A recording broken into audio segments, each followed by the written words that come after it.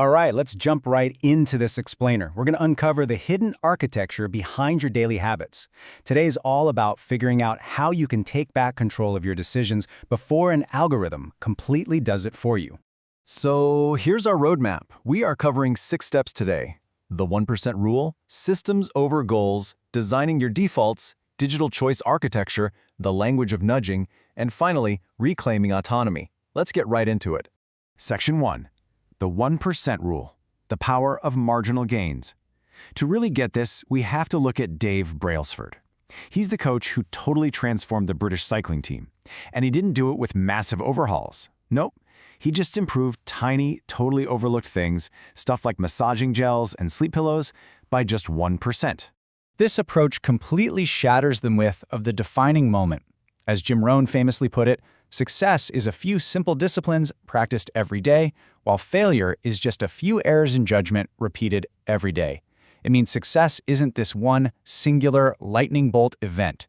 Almost every habit we have is just the result of thousands of tiny decisions stacking up over time. The math on this is actually wild. When you get just 1% better every single day, you end up 37 times better over the course of a single year. But on the flip side, a 1% daily decline compounds in reverse, and that drags you down to almost zero. It's all about the aggregation of those marginal gains or marginal losses. All right, Section 2. Systems over goals, the architecture of action. You know, if you've been struggling to change a habit, James Clear argues that the problem actually isn't you. It's that you do not rise to the level of your goals, you fall to the level of your systems. Goals are just the end results you want. The systems, those are the actual day-to-day processes that get you there. So, let's break down James Clear's 4 laws of behavior change. This is how you build the absolute perfect neurological feedback loop. First, the cue. You've got to make the good habit totally obvious. Next is the craving. Make it attractive.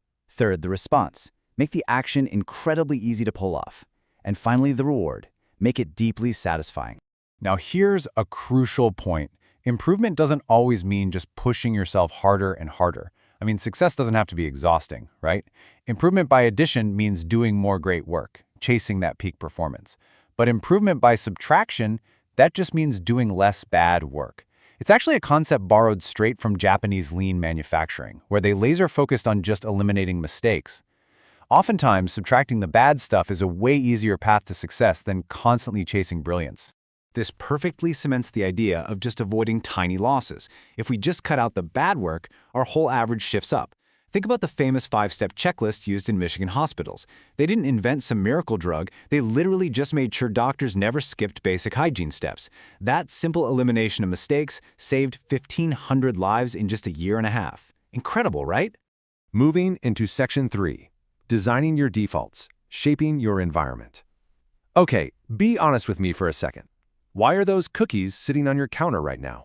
Why is the remote control perfectly positioned right next to your exact favorite spot on the couch? Well, the answer is choice architecture. Our decisions are hugely dictated by the environment we're sitting in. Supermarkets put the high-profit items right at eye level because visibility drives sales. End-of-aisle racks generate something like 45% of Coca-Cola's sales.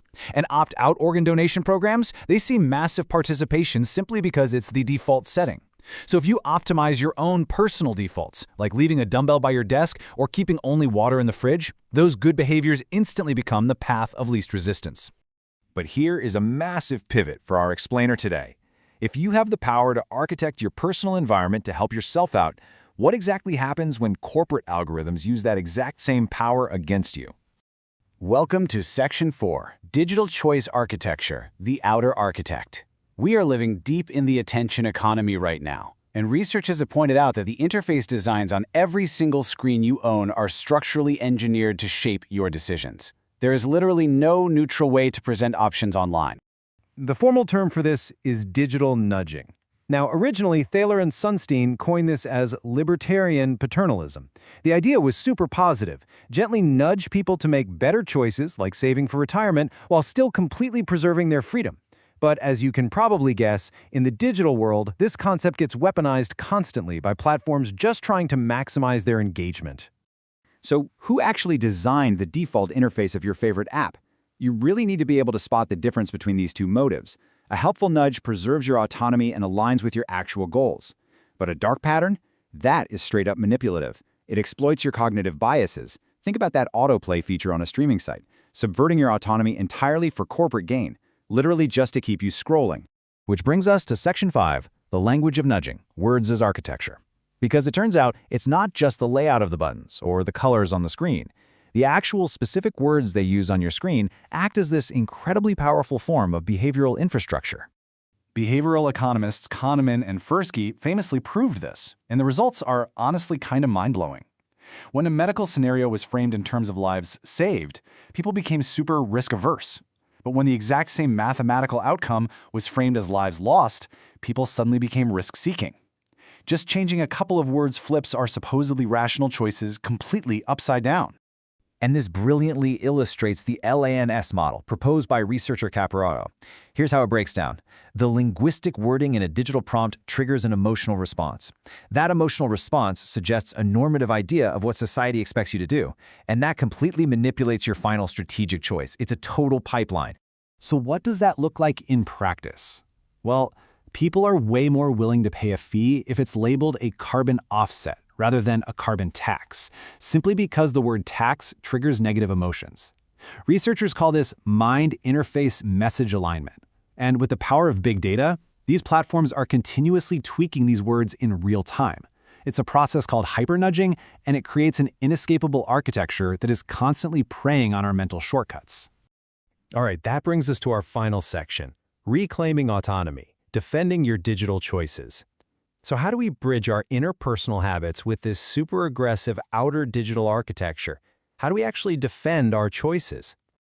Well, here is a totally surprising insider secret for your defense mechanism. It's called the foreign language effect.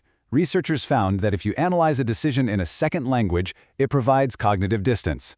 Since words in a non-native tongue just have way less emotional resonance for you, it actually strips away all that manipulative emotional framing and lets you make a much more rational, analytical choice. But at the end of the day, your absolute best defense is your own personal system. You have to build identity-based habits to immunize yourself. By deciding the exact type of person you want to be, and then proving it to yourself with those tiny 1% daily wins we talked about earlier, you build internal systems that are incredibly strong enough to confidently resist those external digital nudges. As we wrap up this explainer, I want you to look at your screen. Think about the apps you open every single day, and ask yourself this one vital question. Are you the architect of your choices, or is the algorithm? Take back your defaults, focus on that 1%, and start building your own architecture today.